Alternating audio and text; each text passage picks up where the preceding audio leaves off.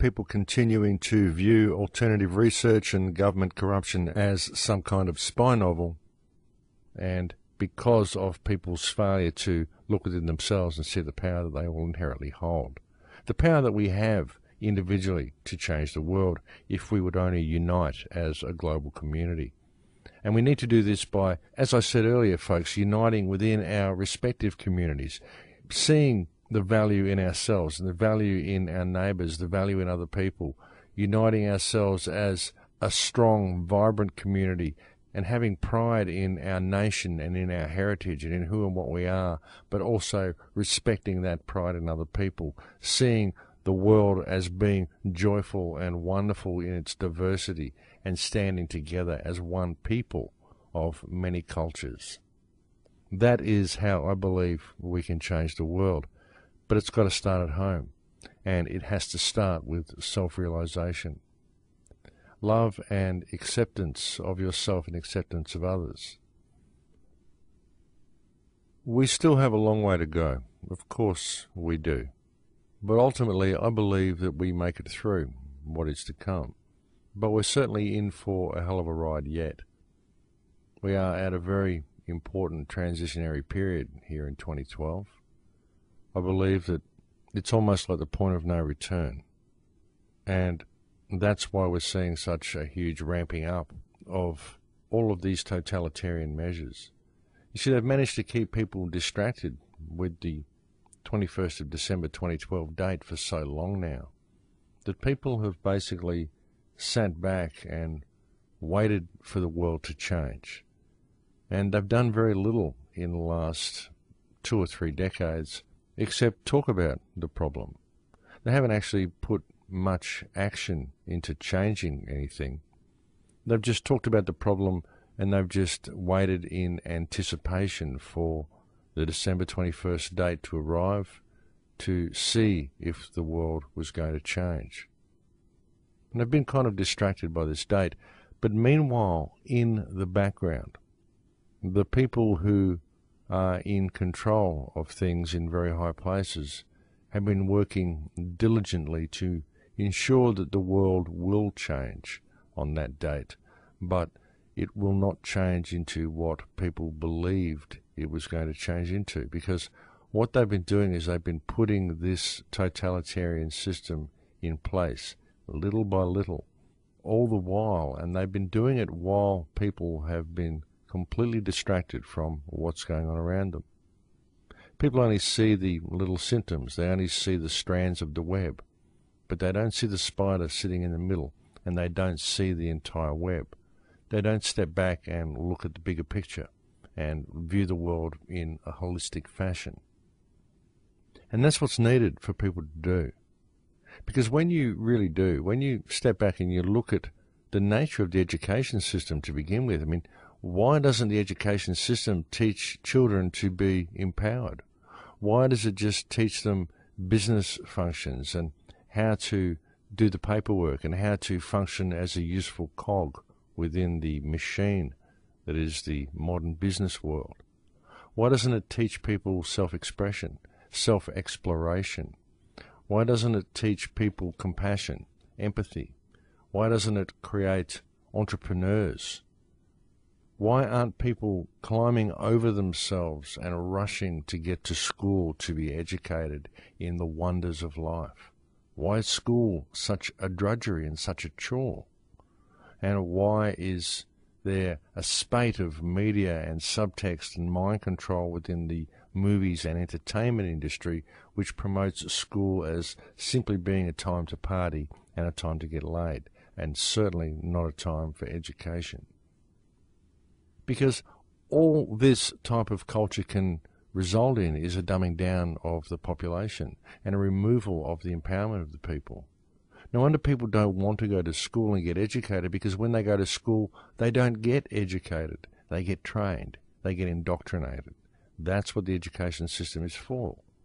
And then they enter a social system where they're taught that it's all about stuff. It's all about how much money you've got, how much of a flashy car you've got, what jewelry you wear, what suburb you live in, and who you get to hang out with.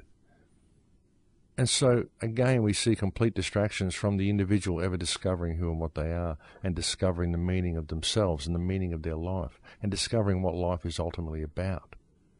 And because they're kept in such a state, of course, they never have time to look and to notice what's going on around them, because it doesn't matter to them, because all they want is something good for themselves. All they want is to feel empowered, because this whole system has left every single individual feeling disempowered.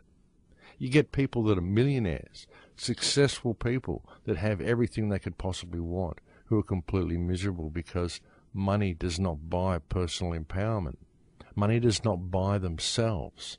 All it does is divide them from the people around them. They don't even know who their friends are, because all their friends want to hang around them because of the money, because of the influence. It's very, very difficult for a lot of people. Money certainly does not buy happiness, but all the people who are kept in a state of scarcity will, of course, argue that point, because all the people that are forced to work really hard in their lives wish that they didn't have to work. All they would like to do is be able to sit back and enjoy life. And they don't realize that it's the money that prevents them. And human consciousness has been brutalized by this system. And that's why I find it very difficult to be angry with people, very difficult to show malice or hold any animosity towards people, because I can see even the meanest person is very often in that position because they've been brutalized by this society. They've been trained to think pathologically by a psychopathic system. And it's the system itself that is the problem. I don't blame anybody for reacting the way human beings react when they are put in situations of stress, when they are subject to mind control, when they are disempowered and taught that up is down and black is white, and that everything functions in exactly the opposite way to which it does. When people are trained to believe that life is about commerce and life is about exalting yourself at the expense of others, life is about social standing, life is about measuring yourself up to yardsticks, life is about consumption and the one with the most wins. When people are taught to do anything possible to keep their focus away from that which lies within them, and the validity of themselves and the validity of other people, then I can't blame them for the way they end up.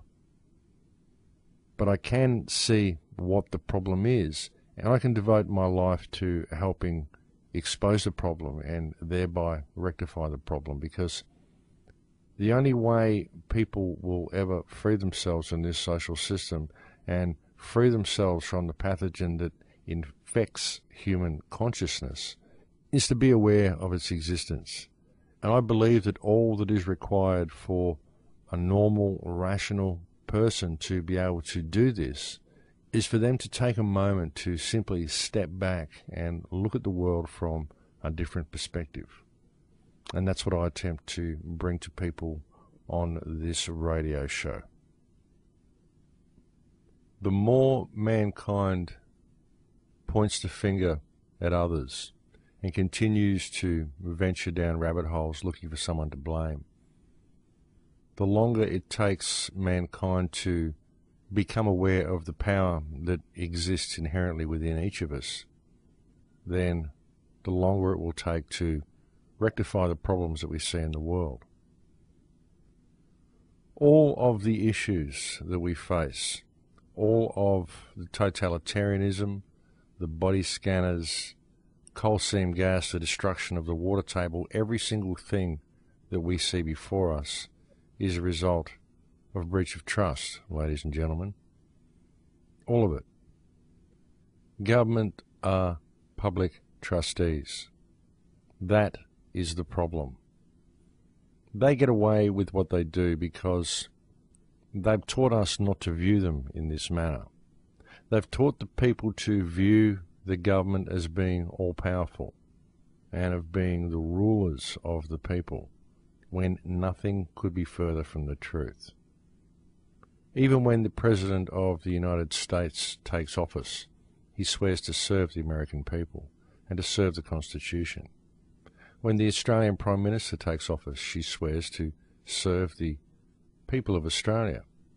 Julia Gillard, the Prime Minister of Australia, even referred to herself and the government as being those who held the country and its resources in trust for the sovereign people of the country just a month ago. And it is in the knowledge of what the relationship that exists between the people and the government actually is that remedy to all of our problems can be found. But in order for us to implement this remedy, we first have to know who and what we are.